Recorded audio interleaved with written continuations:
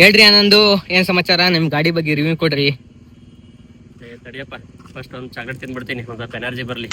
ಓ ತಿನ್ನಿ. ಚಾಕ್ಲೇಟ್ ಹೆಂಗಿದೆ? ಚಾಕ್ಲೇಟ್ ತಂದು ರಿವ್ಯೂ ಮಾಡೋಣ. ಆ ಮಂಚರ್ ಏನಾದ್ರು ದುಡ್ಡು ಕೊಟ್ರ? ದುಡ್ಡು ಹೆಂಗ್ ಕೊಟ್ಟಿಲ್ಲ, ನಾವೇ ಕೊಟ್ಟಿದೀವಿ ಅವ್ರಿಗೆ 5 ರೂಪಾಯಿ. ಅವ್ರೇನೇನು ಕೊಟ್ಟಿಲ್ಲ. ತಿಂತಿದ್ದಂಗೆ ಕ್ರಿಸ್ಪಿ ಆಗಿರುತ್ತೆ ಅಂತಲ್ಲ, ಹೆಂಗಿದೆ ನೋಡಿ, ಹಿಂಗಿದೆ. ತಿಂತಾ ಇರಿ, ಎಂಜಾಯ್ ಮಾಡ್ತಾ ಇರಿ. ಮಗ್ಲಿಗೆ ಕೊಡ್ಸೋ ಮಂಚನ ನೀವೇ ತಿನ್ಬಿಟ್ಟು ಎಂಜಾಯ್ ಮಾಡ್ತಾ ಇದೀರಾ. ಚಿಕ್ಕ ಮಕ್ಳಿಗೆ ಎಲ್ಲ ಕೊಡ್ಬಾರ್ದು, ಹಲ್ಲು ಹುಳ ತಿನ್ಬಿಡ್ತವೆ. ಕೊಡ್ಬೋದು, ಹೆಂಗಿದ್ರು ಅವ್ರದ್ದು ಏಜ್ ಆಗಿರುತ್ತೆ.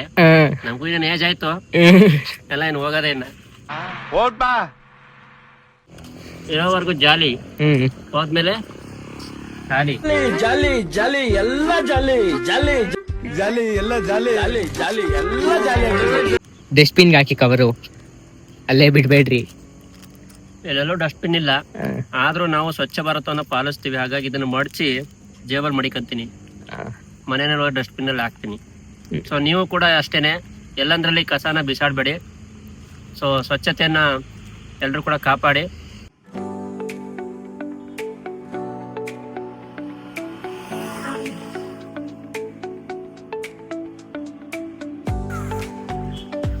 ಹಾಯ್ ಫ್ರೆಂಡ್ಸ್, ನಾನು ನಿಮ್ಮ ಆನಂದ್ ಮಾತಾಡ್ತಾ ಇದ್ದೀನಿ.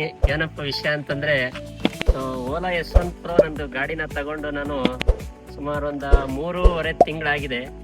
3.5 ತಿಂಗಳಲ್ಲಿ ಈ ಗಾಡಿ ಇದು ಅಡ್ವಾಂಟೇಜಸ್ ಏನು, ಡಿಸ್ಅಡ್ವಾಂಟೇಜಸ್ ಏನು, ಇದ್ರ ಬಗ್ಗೆ ಒಂದು ಕಂಪ್ಲೀಟ್ ಆದಂತ ಒಂದು ವಿಡಿಯೋ ಮಾಡೋಣ ಅಂತ ಇವತ್ತು ನಿಮ್ಮ ಮುಂದೆ ಬಂದಿದ್ದೀನಿ. ಸೊ ಮೊದಲೇದಾಗಿ ತಡ ಮಾಡೋದು ಬೇಡ, ಸೊ ಬನ್ನಿ. ಈ ಗಾಡಿಗೆ ನಾವು ಸ್ವಲ್ಪ ಆಫ್ಟರ್ ಮಾರ್ಕೆಟ್ ಸ್ವಲ್ಪ ಆಕ್ಸೆಸರೀಸ್ನ ಹಾಕ್ಸಿದೀವಿ. ಇದಕ್ಕೆ ಸುಮಾರು 4,000 to 4,500 ರೂಪಾಯಿ ಆಗಿದೆ. ಸೊ ಇದನ್ನ ಕಂಪ್ನಿನವ್ರು ಕೊಡಲ್ಲ, ಇದನ್ನ ನಾವು ಹೊರಗಡೆ ಎಕ್ಸ್ಟ್ರಾನ ಹಾಕ್ಸ್ಕೋಬೇಕಾಗುತ್ತೆ. ಸೊ ಅದ್ ಬಿಟ್ರೆ ನೆಕ್ಸ್ಟ್ ಸೀಟ್ ಕವರ್ನು ಕೂಡ ಎಕ್ಸ್ಟ್ರಾ ಹಾಕ್ಸಿದೀನಿ, ಸೇಮ್ ಕಲರ್ ಅಲ್ಲೇ ಹಾಕ್ಸಿದೀನಿ, ಹಾಗಾಗಿ ಗೊತ್ತಾಗಲ್ಲ ಇದು. ಸೊ ಸೀಟ್ ಕವರ್ ಕೂಡ ಅದೇನು ಕಂಪ್ನಿಯಿಂದ ಬಂದಿರುತ್ತೋ ಅದೇ ಕಲರ್ ನಾವು ಹಾಕ್ಸಿರೋದ್ರಿಂದ ಅದು ಗೊತ್ತಾಗಲ್ಲ. ಸೊ ಅದ್ ಬಿಟ್ರೆ ನೆಕ್ಸ್ಟ್ ಇನ್ನ ಯೂರೋ ಗ್ರಿಪ್ದು ಟೈರ್ ಕೊಟ್ಟಿದ್ದಾರೆ 2. ಅದ್ ಬಿಟ್ರೆ ನೆಕ್ಸ್ಟ್ 2 ಸ್ಪೀಕರ್ ಕೊಟ್ಟಿದ್ದಾರೆ ಗಾಡಿನಲ್ಲಿ. ನೀವು ನೋಡ್ಬೋದು, ಇಲ್ಲೊಂದು ದೊಡ್ಡದಾಗಿರುವಂತ ಒಂದು 7 ಇಂಚ್ ಟಚ್ ಸ್ಕ್ರೀನ್ ಅಂತ ಒಂದು ಇದನ್ನ ಕೊಟ್ಟಿದ್ದಾರೆ. ಸೊ ಇದರಲ್ಲೇ ನಾವು ಎಲ್ಲ ರೀತಿ ಗಾಡಿದು ಇದನ್ನ ಆಪರೇಟ್ ಮಾಡೋದು. ಜೊತೆನಲ್ಲಿ ಇಲ್ಲಿ ಸ್ವಿಚಸ್ ಎಲ್ಲ, ಸ್ವಿಚ್ ಕೀಸ್ ಎಲ್ಲ ಕೊಟ್ಟಿದ್ದಾರೆ. LED ಹೆಡ್ಲೈಟ್ ಕೊಟ್ಟಿದ್ದಾರೆ, ಲೋ ಬೀಮು ಮತ್ತು ಹೈ ಬೀಮು. ಸೊ ಅದ್ ಬಿಟ್ರೆ ಓಲಾ ಬ್ಯಾಡ್ಜಿಂಗ್ ಕೊಟ್ಟಿದ್ದಾರೆ ಇಲ್ಲಿ. ನೋಡಿ, ಗಾಡಿ ಓವರ್ ಆಲ್ ನೋಡಕ್ಕೆ ಒಂಥರ ಯುನಿಕ್ ಆಗಿದೆ. 2 ವರ್ಷದಿಂದನೂ ಕೂಡ ತಗೋಬೇಕು ಅಂತ ಇತ್ತು, ಬಟ್ ಕಂಪ್ಲೇಂಟ್ಸ್ ಎಲ್ಲ ತುಂಬಾ ಜಾಸ್ತಿ ಬರ್ತಾ ಇದ್ದ ಸಲುವಾಗಿ ತಗೊಂಡಿರ್ಲಿಲ್ಲ. 3rd ಜನರೇಷನ್ ಬಿಟ್ಟಿರೋದ್ರಿಂದ, ಇದು ಚೈನ್ ಡ್ರೈವ್ ಬೇರೆ ಬಿಟ್ಟಿರೋದ್ರಿಂದ ಇನ್ನೂ ಸ್ವಲ್ಪ ಅನುಕೂಲ ಅನ್ನೋ ಕಾರಣಕ್ಕೆ ತಗೊಂಡಿದ್ದೀನಿ.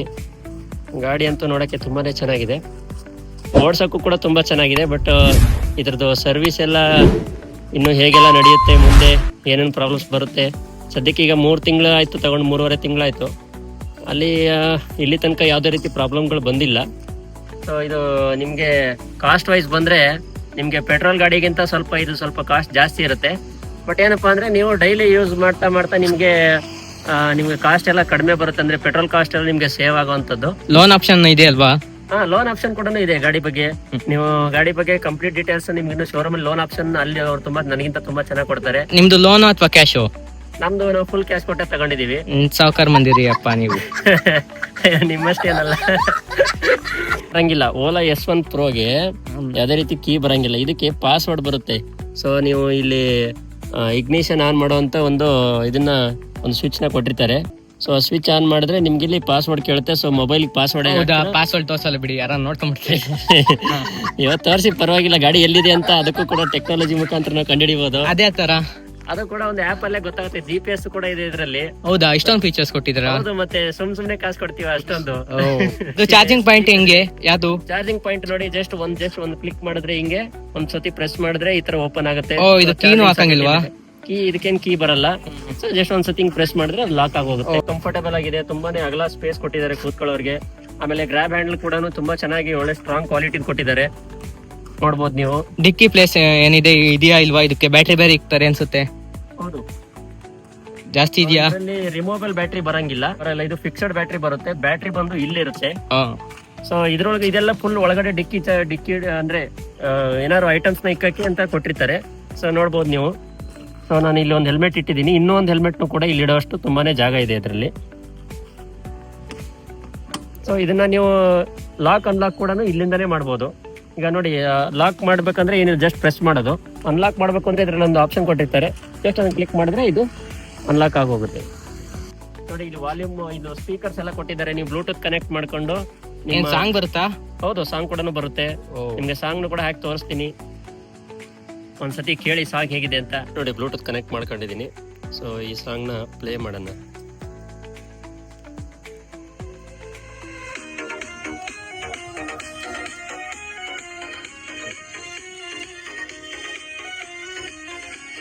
ನೋಡಿ ಈ ತರ ಬರ್ತಾ ಇದೆ ಸಾಂಗ್.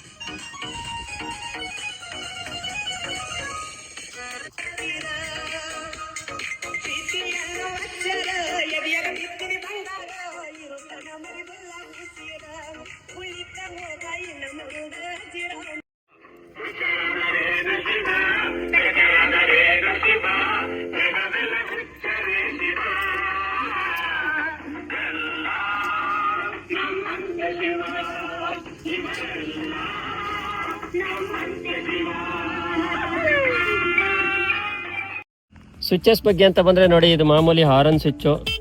ಓಕೆ, ಇದು ಲೆಫ್ಟ್ ಇಂಡಿಕೇಟ್ರು, ರೈಟ್ ಇಂಡಿಕೇಟ್ರು, ಆಮೇಲೆ ಇದು ಲೋ ಬೀಮು, ಹೈ ಬೀಮು, ಲೈಟ್ದು, ಹೆಡ್ ಲೈಟ್ದು. ಆಮೇಲೆ ಇಲ್ಲಿ ಬಂದ್ರೆ ನೆಕ್ಸ್ಟ್ ಇದು ಸ್ಪೀಡ್ ರಿವರ್ಸ್ ಬರೋಕೆ, ಮತ್ತೆ ಗಾಡಿ ಈಗ ಆನ್ ಇದ್ದಾಗ ರಿವರ್ಸ್ ಗೇರ್ ಕೂಡ ಇದ್ರಲ್ಲಿ ಕೊಟ್ಟಿದ್ದಾರೆ. ರಿವರ್ಸ್ ಗೇರ್ ಅಂತಂದ್ರೆ ನೋಡಿ, ಏನ್ 4 ವೀಲ್ ಅಲ್ಲೇ ಬರೀ ರಿವರ್ಸ್ ನೋಡಿದ್ದು, ಇದ್ರಲ್ಲೂ ರಿವರ್ಸ್ ಇದೆ. ಹೌದು, ಇದ್ರಲ್ಲೂ ರಿವರ್ಸ್ ಆಪ್ಷನ್ ಕೊಟ್ಟಿದ್ದಾರೆ. ನೋಡಿ ರಿವರ್ಸ್ ಅನ್ನಕ್ಕೆ ಏನಿಲ್ಲ, ಜಸ್ಟ್ ಇದು ರಿವರ್ಸ್ ಬಟನ್ ಒಂದ್ಸತಿ ಒತ್ಬಿಟ್ರೆ ನೋಡಿ ಅದಾಗ್ತಿದೆ. ಆಮೇಲೆ ಇದನ್ನ ನಾವು ಇದನ್ನ ಥ್ರೋಟ್ಲ್ ಇದೆಲ್ಲ ರಿವರ್ಸ್ ಕೊಡ್ಬೇಕು. ನೋಡಿ ರಿವರ್ಸ್ ಕೊಟ್ರೆ ಹಿಂದಕ್ಕೆ ಹೋಗ್ತಾ ಇರೋ. ಓಕೆ, ಮತ್ತೆ ಇದನ್ನ ರಿವರ್ಸ್ ಮೋಡ್ ನ ಆಫ್ ಮಾಡ್ಬೇಕು ಅಂದ್ರೆ ಅದೇ ಬಟನ್ ಒಂದ್ಸತಿ ಕ್ಲಿಕ್ ಮಾಡ್ಬೇಕು. ಇದು ರಿವರ್ಸ್ ಬಟನ್ ಆಫ್ ಆಗುತ್ತೆ, ಗಾಡಿ ಮುಂದಕ್ಕೆ. ಸೈಡ್ ಲೈಟ್ ಹೆಂಗಿದೆ ತೋರಿಸಿ ಸ್ವಲ್ಪ. ಸೈಡ್ ಲೈಟ್ ನೋಡಿ, ಇಂಡಿಕೇಟರ್. ಸೊ ಇಂಡಿಕೇಟರ್ ಈಗ ನೀವು ರೈಟ್ ಇಂಡಿಕೇಟರ್ ನ ಇವಾಗ ಹಾಕಿದ್ದೀನಿ. ಸೊ ಅದನ್ನ ಆಫ್ ಮಾಡ್ಬೇಕು ಅಂದ್ರೆ, ಸೊ ಇದು automatic turn indicator of option ಕೂಡ ಇದೆ ಇದರಲ್ಲಿ. ನೀವು ರೈಟ್ ತಗೊಂಡಿದ್ದಂಗೆನೆ ಅದೇ ತಾನಾಗೆ ಆಫ್ ಆಗೋಗುತ್ತೆ. ಸೊ ನೀವು ಲೆಫ್ಟ್ ತಗೊಂಡ್ರು ತಾನೇ ಆಫ್ ಆಗೋಗುತ್ತೆ. ಹೆಡ್ ಲೈಟ್ ತೋರಿಸಿ, ಅದೇ ಹಂಗಿದೆ ಸ್ವಲ್ಪ. ಸೊ ಹೆಡ್ ಲೈಟ್ ಇವಾಗ ನಿಮ್ಗೆ ಇಲ್ಲಿ ಇದು ಲೋ ಬೀಮ್ ಯಾವಾಗ್ಲೂ ನಿಮ್ಗೆ ಆನ್ ಅಲ್ಲೇ ಇರುತ್ತೆ. ಇದು ಆಫ್ ಮಾಡಕ್ಕಾಗಲ್ಲ. ಸೊ ನೀವು ರಾತ್ರಿ ಹೊತ್ತಲ್ಲಿ ನಿಮ್ಗೆ ಹೈ ಬೀಮ್ ಬೇಕು ಅಂದ್ರೆ ಇಲ್ಲಿ ಬಟನ್ ಕೊಟ್ಟಿದ್ದಾರೆ, ಜಸ್ಟ್ ಕ್ಲಿಕ್ ಮಾಡಿದ್ರೆ ಸಾಕು, ಹೈ ಬೀಮ್ ಕೂಡ ಆನ್ ಆಗುತ್ತೆ. ಸೊ ಆಫ್ ಮಾಡ್ಬೇಕು ಅಂದ್ರೆ ಇಷ್ಟೇ ತಿರ್ಗಾವತ್ತೆ ಆಫ್ ಮಾಡೋದು, ಅದನ್ನೇ ಬಟನ್ ಕ್ಲಿಕ್ ಮಾಡಿದ್ರೆ. ಈ ಮೋಡ್ ನ ಚೇಂಜ್ ಮಾಡಕ್ಕೆ ಅಂತ ಎಂ ಅಂತ ಒಂದು ಇಲ್ಲಿ ಸ್ವಿಚ್ ನ ಕೊಟ್ಟಿದ್ದಾರೆ. ನೀವು ಮೋಡ್ ನ ಚೇಂಜ್ ಮಾಡ್ಕೊಂಡಂಗೆ ನಿಮ್ಗೆ ಸ್ಪೀಡು ಮತ್ತೆ ಪವರ್ ಕೂಡ ಗಾಡಿನಲ್ಲಿ ಚೇಂಜಸ್ ಆಗ್ತಾ ಹೋಗುತ್ತೆ. ಸೊ ನೋಡ್ಬೋದು ನೀವು, ಇದು ಇವಾಗ ನಾರ್ಮಲ್ ಮೋಡ್ ಅಲ್ಲಿ ಇದೆ. ಸೊ ಈಗ ನಾನು ಒಂದ್ಸತಿ ಕ್ಲಿಕ್ ಮಾಡಿದ್ರೆ ಅದು ಸ್ಪೋರ್ಟ್ಸ್ ಮೋಡಿಗೆ ಹೋಗುತ್ತೆ. ಸೊ ಇನ್ನೊಂದ್ಸತಿ ಕ್ಲಿಕ್ ಮಾಡಿದ್ರೆ ಹೈಪರ್ ಮೋಡ್ ಅಂತ ಹೋಗುತ್ತೆ. ಆಮೇಲೆ ಇನ್ನೊಂದು ವಿಶೇಷ ಏನು ಅಂದ್ರೆ, ಈ ಗಾಡಿನಲ್ಲಿ DIY ಮೋಡ್ ಅಂತ ಕೊಟ್ಟಿದ್ದಾರೆ, ಅಂದ್ರೆ do it your self mode ಅಂತ. ಅಂದ್ರೆ ನಮಗೆ ಯಾವ ಸ್ಪೀಡ್ ಅಲ್ಲಿ ಗಾಡಿ ಹೋಗ್ಬೇಕು ಅಂತ ನಾವೇ ಒಂದು ಸ್ಪೀಡ್ ನ ಒಂದು ಮೇಂಟೈನ್ ಮಾಡಿ ಕೊಟ್ಟಿದ್ದಾರೆ. ಲಾಕಿಂಗ್ ಆಪ್ಷನ್ ಅಂತ ಏನಿಲ್ಲ. ನೋಡಿ ಈಗ ನೀವು ಗಾಡಿನ ನಿಲ್ಸ್ಬಿಟ್ಟು ಸ್ಟ್ಯಾಂಡ್ ಹಾಕ್ಬಿಟ್ಟು ಜಸ್ಟ್ ಹ್ಯಾಂಡಲ್ ನ ಈ ತರ ಬಿಟ್ರು ಮತ್ತೆ ಈ ತರ ಬಿಟ್ರು ಕೂಡ ಗಾಡಿ ಫುಲ್ ಆಫ್ ಆಗೋಗುತ್ತೆ. ಸೊ ನೀವು ಹ್ಯಾಂಡಲ್ ಲಾಕ್ ಮಾಡ್ಬೇಕು ಅಂದ್ರೆ ಗಾಡಿನ ಈ ತರ ತಿರ್ಗಿಸ್ಬಿಟ್ಟು ಫುಲ್. ಕೀ ಸಿಸ್ಟಮ್ ಇಲ್ಲ ಇದರಲ್ಲಿ, ಇದರಲ್ಲಿ ತಾನಾಗಿ ಆನ್ ಆಗುತ್ತೆ. ಸೊ ನೋಡಿ ಫ್ರೆಂಡ್ಸ್, ಇವಾಗ ನಾರ್ಮಲ್ ಮೋಡ್ ಅಲ್ಲಿ ಇದೆ. ಸೊ ಮೋಡ್ ಚೇಂಜ್ ಮಾಡ್ಬೇಕು ಅಂದ್ರೆ ಇಲ್ಲಿ ಬಟನ್ ಕೊಟ್ಟಿದ್ದಾರೆ. ಸೊ ಒಂದು ಕ್ಲಿಕ್ ಮಾಡಿದ್ರೆ ನಾರ್ಮಲ್ ಇಂದ ಸ್ಪೋರ್ಟ್ಸ್ಗೆ ಹೋಗುತ್ತೆ, ಸ್ಪೋರ್ಟ್ಸ್ ಇಂದ ಹೈಪರ್ ಇಂದ ಮೈ ಮೋಡ್ ಅಂತ ಒಂದಿದೆ, ಅಂದರೆ DIY ಮೋಡ್ ಅಂತ. ಅದು ನಾವೇ ಸೆಟ್ ಮಾಡೋದು, ಸ್ಪೀಡು ಮತ್ತು ಆಕ್ಸಿಲರೇಷನ್ ಎಲ್ಲ. ಇನ್ನೊಂದು ಕ್ಲಿಕ್ ಮಾಡಿದ್ರೆ ಮತ್ತೆ ನಾರ್ಮಲ್ಗೆ ಹೋಗುತ್ತೆ. ಸೊ ಇದೇ ಮೋಡ್ ಚೇಂಜ್ ಮಾಡೋ ಬಟನ್ನ ಲಾಂಗ್ ಪ್ರೆಸ್ ಮಾಡಿಟ್ಕೊಂಡ್ರೆ ಎಕೋ ಮೋಡ್ಗೆ ಹೋಗುತ್ತೆ. ಸೊ ಎಕೋ ಮೋಡಲ್ಲಿ ಎಷ್ಟು ಸ್ಪೀಡ್ ಹೋಗುತ್ತೆ ಅಂತ ತೋರಿಸ್ತೀನಿ ಬನ್ನಿ. ನೋಡಿ, ಎಕೋ ಮೋಡಲ್ಲಿ ಲಾಸ್ಟ್ 42 km/h ಸ್ಪೀಡ್ ಅಷ್ಟೇ ರೀಚ್ ಮಾಡುತ್ತೆ. ಸೊ ಅದಕ್ಕಿಂತ ಜಾಸ್ತಿ ಹೋಗಲ್ಲ. ಇವಾಗ ನಾರ್ಮಲ್ ಮೋಡ್ಗೆ ಶಿಫ್ಟ್ ಮಾಡಿ ನೋಡೋಣ. ಸೊ ನಾರ್ಮಲ್ ಮೋಡ್ಗೆ ಶಿಫ್ಟ್ ಮಾಡಿದ್ದೀನಿ. ನಾರ್ಮಲ್ ಮೋಡ್ ನೋಡೋಣ.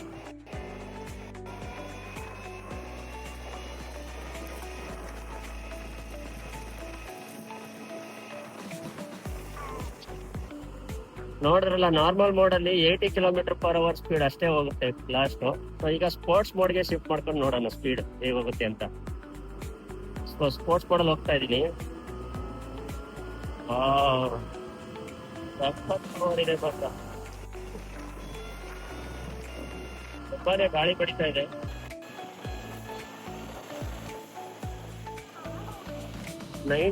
ವರೆಗೂ ಕೂಡ ಸ್ಪೋರ್ಟ್ಸ್ ಮೋಡ್ ಅಲ್ಲಿ ಹೋಗುತ್ತೆ. ಇನ್ನೊಂದು ಮೋಡು ಹೈಪರ್ ಮೋಡ್ ಅಂತ, ಇದು ಮಾತ್ರ ರಾಕೆಟ್ ತರ ಹೋಗುತ್ತೆ ಫ್ರೆಂಡ್ಸ್. ನೋಡಿ,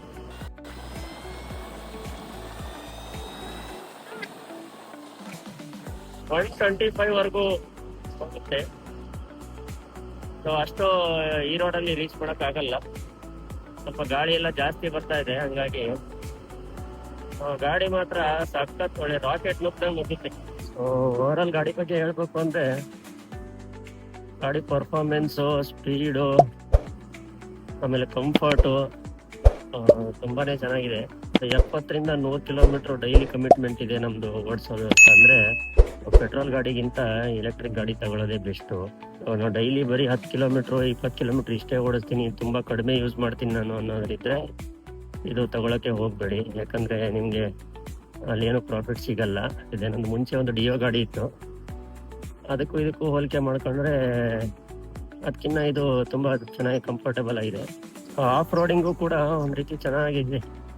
ನೋಡಿ, ತೋಟದ ರೋಡ್ಗಳಿಗೆ, ಮಣ್ ರೋಡು ರೋಡ್ಗಳಿಗೆಲ್ಲಾನು ಕೂಡ ಥರ ಸ್ಮೂತ್ ಆಗಿ ಗಾಡಿ ರನ್ ಆಗುತ್ತೆ. ಓಲಾ ಜೆನ್ 1 ಮತ್ತೆ ಜೆನ್ 2 ಅವೆರಡರಲ್ಲೂ ಕೂಡ ಬೆಲ್ಟ್ ಡ್ರೈವ್ನ ಕೊಟ್ಟಿದ್ರು, ಚೈನ್ ಬರ್ತಾ ಇರಲಿಲ್ಲ. ಸೊ ಇದರಲ್ಲಿ ಅಪ್ಗ್ರೇಡ್ ಮಾಡಿದ್ದಾರೆ ಚೈನ್ ಡ್ರೈವ್ಗೆ, ಹಂಗಾಗಿ ಒಂದು ಸ್ವಲ್ಪ ಸೌಂಡ್ ಬರುತ್ತೆ. ಬಟ್ ಏನಪ್ಪಾ ಅಂದ್ರೆ ಅದು ಸೌಂಡು ಕೂಡ ಒಂಥರ ಚೆನ್ನಾಗಿದೆ. ಈ ಹೈವೇಗಳಲ್ಲಿ ರೋಡ್ಗಳೆಲ್ಲ ಫಾಸ್ಟಾಗಿ ಹೋಗೋವಾಗ ಯಾವುದೋ ಸೂಪರ್ ಬೈಕ್ ಓಡಿಸ್ತಾ ಇದೀವಿ ಅನ್ನೋ ಥರ ಫೀಲ್ ಬರೋ ಥರ ಸೌಂಡ್ ಬರುತ್ತೆ, ಒಂಥರ ಚೆನ್ನಾಗಿದೆ. ಅದನ್ನ ನೆಗೆಟಿವ್ ಅಂತ ನಾನು ಹೇಳಲ್ಲ, ಅದು ಕೆಲವ್ರಿಗೆ ಇಷ್ಟ ಆಗುತ್ತೆ, ಕೆಲವ್ರಿಗೆ ಇಷ್ಟ ಆಗಲ್ಲ. ನನಗಂತೂ ಇಷ್ಟ ಆಗಿದೆ ಆ ಸೌಂಡು. ಸ್ವಲ್ಪ ಹೈಟು ಕಡಿಮೆ ಇರೋರಿಗೆ ಸ್ವಲ್ಪ ಇದು ಜಾಸ್ತಿ ಹೈಟ್ ಅನ್ನಿಸ್ಬೋದು. ಒಂದು 5.5 ಅಡಿ ಮಿನಿಮಮ್ ಇರಬೇಕು ಅನ್ಸುತ್ತೆ ಈ ಗಾಡಿಗೆಲ್ಲ, ಕಾಲೆಲ್ಲ ಇಟ್ಕಲ್ಲ. ಇಲ್ಲ ಅಂದ್ರೆ ಉಳ್ಳಗಿರೋರ್ಗಾದ್ರೆ ಈ ಗಾಡಿ ಸ್ವಲ್ಪ ಜಾಸ್ತಿ ಇದು ಅನಿಸ್ಬೋದು, ಹೈಟ್ ಅನ್ನಿಸ್ಬೋದು. ಪೆಟ್ರೋಲ್ ಗಾಡಿಗಳಿಗಿಂತ ಒಂಚೂರು 2-3 ಇಂಚು ಸ್ವಲ್ಪ ಜಾಸ್ತಿ ಉದ್ದ, ಹೈಟ್ ಜಾಸ್ತಿ ಅನ್ಸುತ್ತೆ. ನಾನು ಹೈಪರ್ ಮಾಡಲ್ ಎಲ್ಲ ಜಾಸ್ತಿ ಓಡ್ಸೋಕ್ಕೆ ಹೋಗಲ್ಲ. ಹೈಪರ್ ಮಾಡೋ ನನಗೆ ಅವಶ್ಯಕತೆ ಇಂಡಿಯನ್ ರೋಡ್ಸ್ಗೆಲ್ಲ ಅದು ಸೂಟಬಲ್ ಆಗಲ್ಲ. ಮಳೆ ಬೇರೆ ಬಂದಿದೆ.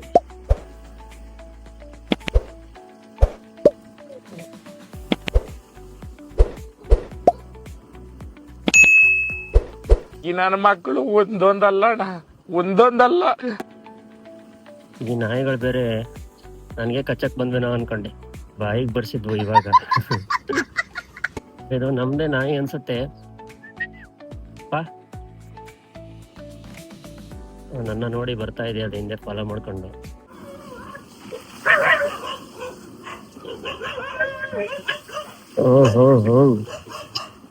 ಒಂದ್ ಸ್ವಲ್ಪ ಕರುಣೆ ಇರ್ಲಿ.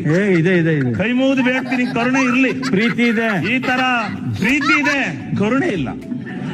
ನಮ್ ನಾಯಿ ನನ್ನ ಹಿಂದೆ ಫಾಲೋ ಮಾಡ್ಕೊಂಡ್ ಬರ್ತಾ ಇದೆ. ಸೊ ಹಂಗಾಗಿ ಬೇರೆ ಏರಿಯಾ ನಾಯಿಗಳು ಅದಕ್ಕೆ ಹೊಗಳ್ತಾ ಇದಾವೆ. ಈ ನಾಯಿಗಳಲ್ಲೂ ಹಂಗೇನೆ, ಇದು ನನ್ನ ಟೆರಿಟರಿ, ಇದು ನಿನ್ ಟೆರಿಟರಿ ಅಂತ ಡಿವೈಡ್ ಮಾಡ್ಕೊಂಡ್ಬಿಟ್ಟಿರ್ತವೆ. ಒಂದ್ ನಾಯಿ ಅದು ಜಾಗ ಬಿಟ್ಟು ಬೇರೆ ಏರಿಯಾಗೆ ಹೋದಾಗ ಇನ್ನೊಂದ್ ನಾಯಿ ಅದ್ರ ಮೇಲೆ ಅಟ್ಯಾಕ್ ಮಾಡೋಕ್ ಬಂದೇ ಬರುತ್ತೆ. ಸೊ ಓವರೆಲ್ಲ ಗಾಡಿ ತಗೋಬೇಕಾ ತಗೋಬಾರ್ದಾ ಅಂತ ಹೇಳಿದ್ರೆ, ನಿಮ್ಗೆ ಕಂಫರ್ಟ್ ಬೇಕು, ಆಮೇಲೆ ನಿಮ್ಗೆ ಡೈಲಿ ಒಂದು 80ರಿಂದ 100 ಕಿಲೋಮೀಟ್ರು ನಮ್ಗೆ ಡೈಲಿ ಕಮಿಟ್ಮೆಂಟ್ ಇದೆ ಅನ್ನೋರು ಕಣ್ಣು ಮುಚ್ಕೊಂಡು ಗಾಡಿ ತಗೋಬಹುದು. ಸೊ ಓಲಾ ಎಲೆಕ್ಟ್ರಿಕ್ ಗಾಡಿನೇ ತಗೋಬೇಕು ಅಂತ ಏನಿಲ್ಲ, ಸುಮಾರು ಕಂಪ್ನಿಗಳಿದೆ. ಸೊ ನೀವು ಯಾವ್ದು ಬೇಕಾದ್ರೂ ಕೂಡ ತಗೊಂಡ್ರು ಕೂಡ ನಿಮಗೆ ಬೆನಿಫಿಟ್ ಅಂತೂ ಸಿಗೇ ಇರುತ್ತೆ. ಸೊ ಓಲಾ ಗಾಡಿ ಸರ್ವಿಸ್ ಬಗ್ಗೆ ಎಲ್ಲ ತುಂಬ ನೆಗೆಟಿವ್ ಆಗಿ ಹೇಳೋದ್ರಿಂದ, ಹಾಗಾಗಿ ನನಗಿನ್ನೂ ಎಕ್ಸ್ಪೀರಿಯನ್ಸ್ ಯಾವುದೇ ರೀತಿ ಆಗಿಲ್ಲ. ಈಗ 3-4 ತಿಂಗಳು ಆಗ್ತಾ ಬಂತು ಹೆಚ್ಚು ಕಮ್ಮಿ. ಸೊ ನನಗಂತೂ ಯಾವುದೋ ಬ್ಯಾಡ್ ಎಕ್ಸ್ಪೀರಿಯನ್ಸ್ ಅಂತ ಯಾವುದೋ ಅನಿಸಿಲ್ಲ ಇದುವರೆಗೂ. ಸೊ ಹಾಗಾಗಿ ನಾನು ಏನೋ ನೆಗೆಟಿವ್ ಈಗಲೇ ಹೇಳೋಕ್ಕಾಗಲ್ಲ. ಸೊ ಪಾಸಿಟಿವ್ಸ್ ಅಂತೂ ಸುಮಾರು ಹೇಳಿದ್ದೀನಿ. ತುಂಬಾ ಇದರಲ್ಲಿ ಫೀಚರ್ಸ್ಗಳಿದೆ. ಸೊ ಫೀಚರ್ಸ್ಗಳದ್ದೇನೆ ಸಪ್ರೇಟಾಗಿ ಒಂದು ವಿಡಿಯೋನ ಮಾಡ್ತೀನಿ. ನೆಕ್ಸ್ಟ್ ವಿಡಿಯೋದಲ್ಲಿ ಅದು ಫೀಚರ್ಸ್ ಎಲ್ಲ ಕಂಪ್ಲೀಟಾಗಿ ನಿಮಗೆ ತಿಳಿಸ್ತೀನಿ. ಸೊ ವಿಡಿಯೋ ಯಾರಿಗೆಲ್ಲ ಇಷ್ಟ ಆಗಿದೆ ಅವ್ರು ದಯವಿಟ್ಟು ಲೈಕ್ ಕೊಟ್ಟು ಸಬ್ಸ್ಕ್ರೈಬ್ ಮಾಡಿ ನನ್ನ ಚಾನಲ್ನ, ಬೇರೆಯವ್ರಿಗೂ ಕೂಡ ಶೇರ್ ಮಾಡಿ ಸಪೋರ್ಟ್ ಮಾಡಿ ಅಂತ ಕೇಳ್ತಾ ಎಲ್ಲರಿಗೂ ನಮಸ್ಕಾರ.